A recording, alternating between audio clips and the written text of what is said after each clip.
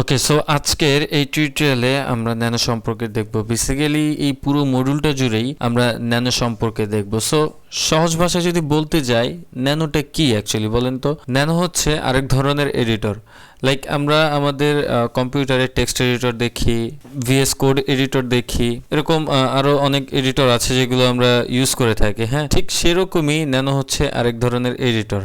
ন্যানোটা actually আমরা এই terminal শেলেই আমরা এডিট করতে পারবো। হ্যাঁ, সেটা যদি আমরা সহজভাবে দেখতে যাই, লাইক আমরা চাচ্ছি যে এই হ্যালো ওয়ার্ল্ডের যে ফাইলটি আছে সেটাকে এডিট করতে। সো সেটা আমরা কিভাবে করব, সেটা আমরা ন্যানো কমান্ডের থ্রুতে করব। হ্যাঁ, সো সেটা করার জন্য আমরা সিডি তারপর ডেস্কটপ লিখলাম, ট্যাব বাটন প্রেস করে, তারপর আমরা এখানে এলএস দিলাম। আগে দেখে নিলাম যে এখানে আমাদের ফাইলগুলো ঠিকঠাক দেখাচ্ছে কিনা। হ্যাঁ, দেখাচ্ছে। তো এখন আমরা চাচ্ছি যে ইন্ডেক্স নামের যে ফাইলটা আছে, হ্যাঁ, সেখানে আমরা ন্যানোটা ওপেন করতে। সো সেটা যদি আমরা করতে যাই তাহলে আমরা কিভাবে ওপেন করব? প্রথমে আমরা ন্যানো লিখব, তারপর ইন্ডেক্স লিখব। সো দেখেন আমাদের কিন্তু এই টার্মিনাল শেলের যে ইন্টারফেসটা সেটা কিন্তু চেঞ্জ হয়ে গিয়েছে। হ্যাঁ, এবং এখানে কিন্তু কিছুই লেখা আসতেছে না। কেন লেখা আসতেছে না? কারণ আমাদের এই ইন্ডেক্স যেই ফাইলটি আছে সেই ফাইলটি কিন্তু পুরোপুরি ফাঁকা। হ্যাঁ, আর এই টার্মিনাল শেলে আমাদের এই ইন্ডেক্স যে ফাইলটা আমরা ওপেন করতে চেয়েছি সেটা কিন্তু ওপেন হয়ে গিয়েছে। এখানে যদি আমরা যাই বা এখানে যদি একটু খেয়াল করি তাহলে আমরা দেখতে পাবো এখানে ইন্ডেক্স বা এই ফাইল নেমটি কিন্তু দেওয়া আছে। হ্যাঁ, তো এটা বেসিক্যালি অন্যান্য এডিটরের মতোই, বাট এখানে ডিফারেন্সটা হচ্ছে যে আমরা টার্মিনাল থ্রুতেই আমরা যে কোনো ফাইল এডিট করতে পারবো। হ্যাঁ, এই ন্যানো কমান্ডে আমাদের অনেক ক্ষেত্রেই লাগে। হ্যাঁ, যেমন আমরা যদি লিনাক্সের বিল্ট ইন অনেকগুলো ফাইল ইন ফিউচারে আমরা মডিফিকেশন যদি করতে চাই তাহলে সেই ক্ষেত্রে আমরা ন্যানোটা ইউজ করি। হ্যাঁ, যেটা অনেক ইউজফুল অন্যান্য এডিটরের চাইতে। হ্যাঁ, এই ন্যানোর আরও অনেক গুণাবলী আছে যেগুলো আমরা আস্তে ধীরে শিখবো, কাজ করতে করতে বুঝতে পারবো।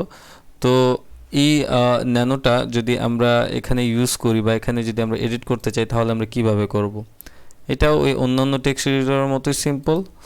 সেটা যদি আমরা করতে যাই, লাইক আমরা এখানে চাচ্ছি যে একটা টেক্সট অ্যাড করতে। সো সেটা যদি আমরা করতে যাই, এখানে আমি টেক্সট অ্যাড করলাম। লাইক এখানে আমি একটা HTML কোড লিখতে চাচ্ছি। HTML কোড লেখা অনেক প্যারা, যাই হোক আমি এখানে লিখতে চাচ্ছি যে I love Bangladesh, Bangladesh. Okay, so আমি এই টেক্সট ওপেন করলাম। পরে আমি যদি এখানে আরও অন্যান্য টেক্সট দিতে চাই আমরা সেটাও দিতে পারবো। হ্যালো ওয়ার্ল্ড, এরকম আরও যত টেক্সট আছে আমরা সেগুলো চাইলে দিতে পারি। তো যাই হোক, এখানে আমরা চাইলে অন্যান্য কালার টালার এগুলো দিতে পারি। সো এই যে আমাদের কিছু টেক্সট দেওয়ার পর এখন আমরা যদি এটাকে সেভ করতে চাই তাহলে আমরা কিভাবে করব? এই সেভটা যদি করতে যাই তাহলে আমরা এই যে নিচে ইনস্ট্রাকশন পাবো।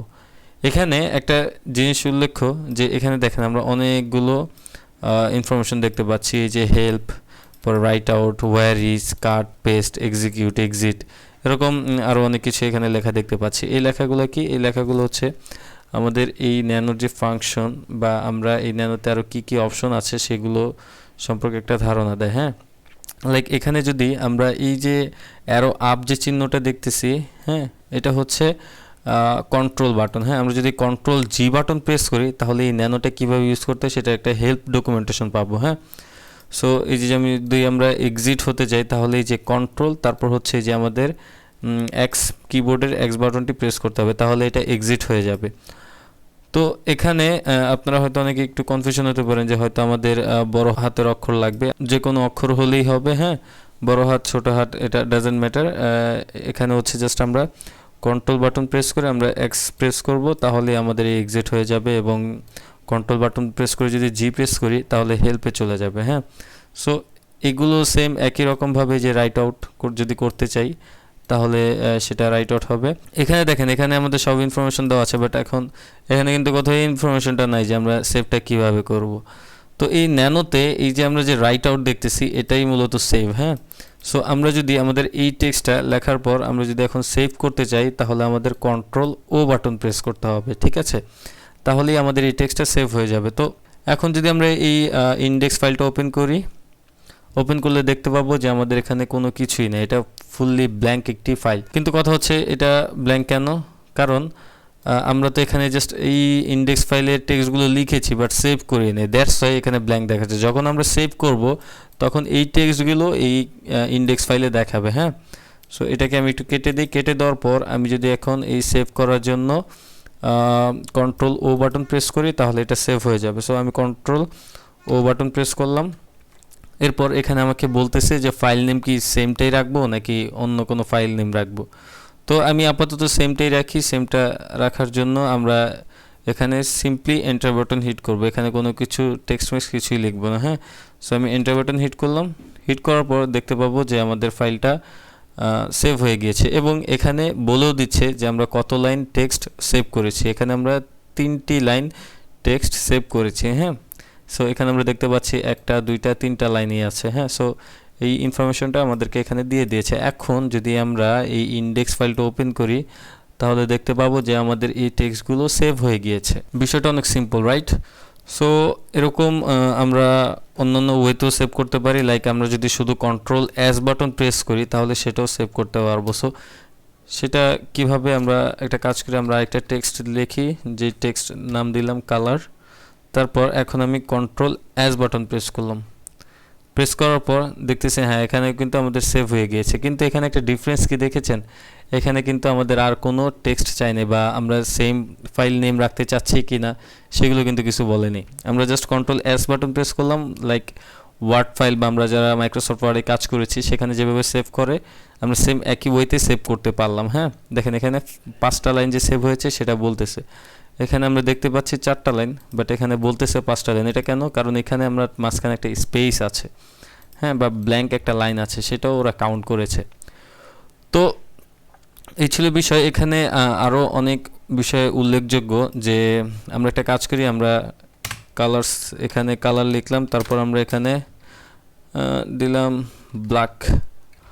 আচ্ছা, আমরা এই ব্ল্যাক কালারটা অ্যাড করতে চাচ্ছি। সো এটা কিভাবে অ্যাড করতে চাচ্ছি? কন্ট্রোল ও বাটনের থ্রুতে। সো দেখেন আমরা যখন একটু আগে কিন্তু কন্ট্রোল এস বাটন প্রেস করেছিলাম তখন আমাদের কোনো পপ আপ বা কোনো কিছু শো করেনি। সো এখন যদি আমরা কন্ট্রোল ও বাটন দিয়ে সেভ করি তাহলে আমাদের এই যে দেখেন নিচের আরেকটা ইন্টারফেস দেখাবে। এখানে আরও অনেক বিষয় আছে, যেমন হেল্পেরগুলো তো দেখিয়েছি, যেমন DOS format, Mac format, append, backup file, এগুলো নিয়ে পরে আলোচনা করা যাবে, সমস্যা নেই। তো আমরা এখন চাচ্ছি যে এই যে ইন্ডেক্স ফাইলটা আমি এখানে চেঞ্জ করতে চাচ্ছি। হ্যাঁ, আমি এখানে দিতে চাচ্ছি index.html, বা আমি এখানে চাচ্ছি যে শুধু স্টাইল দিতে চাচ্ছি, বা এখানে আমি দিতে চাচ্ছি স্ক্রিপ্ট। আচ্ছা, আমি স্ক্রিপ্টই দিলাম, বা এখানে আমি যে কোনো একটা নাম দিতে পারি। যাই হোক, আমি এখন ওকে বলে দিচ্ছি যে আমি ফাইলের নামটা এভাবে রাইট করতে চাচ্ছি। সো এখন এটাকে আমরা এন্টার বাটন হিট করে দেখি যে আমাদের এই ফাইলটাকে আপডেট করে নাকি নতুন একটি ফাইল ক্রিয়েট করে। তো এখানে আমি এন্টার বাটন হিট করলাম। হিট করার পর এই দেখেন এখানে কিন্তু আরেকটা বলতে save file under different name. হ্যাঁ, সো এটাকে আমি ওয়াই দিলাম। সো ওয়াইটা কি দিলাম? জাস্ট আমি কিবোর্ডের ওয়াই বাটন জাস্ট প্রেস করলাম। হ্যাঁ, সো প্রেস করার পর এখানে আমরা দেখতেছি যে দেখেন আমাদের নতুন ফাইলে কিন্তু এই টেক্সটগুলো অ্যাড হয়ে গিয়েছে, যে ফাইলটির নাম হচ্ছে স্ক্রিপ্ট। সো এটাকে আমরা একটু দেখে ওপেন করে, হ্যাঁ এখানে আমাদের পুরোপুরিটাই টেক্সট সেভ হয়েছে। এবং আমরা ইন্ডেক্সে যদি যাই তাহলে দেখব যে আমরা এখানে যে টেক্সটটি আপডেট করেছিলাম সেটা কিন্তু আর ইন্ডেক্সে সেভ হয় না। হ্যাঁ, সেটাকে নতুন একটি ফাইলে সেভ করেছে। তো এখানে আমরা আরেকটা এক্সপেরিমেন্ট করি। লাইক এখানে আমরা দিলাম ব্লু।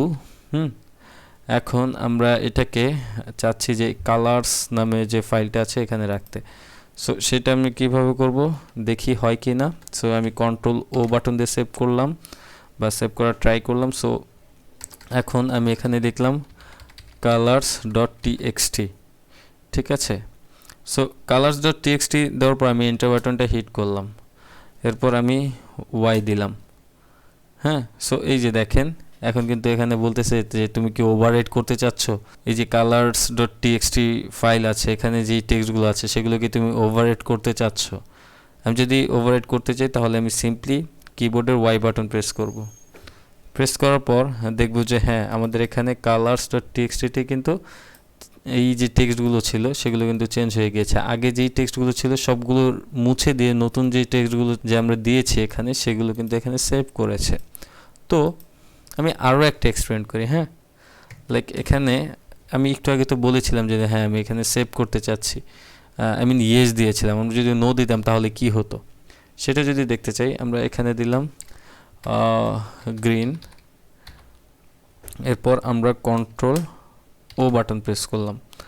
এরপর আমরা এখানে এই যে colors.txt যে ফাইলটি আছে সেটা আমরা না দিয়ে আমরা যদি এখন ইন্ডেক্স দিই, ইন্ডেক্স দেওয়ার পরে এন্টার বাটন হিট করি এবং এখানে আমি এই যে save file under different name এখানে আমি দেব ওয়াই।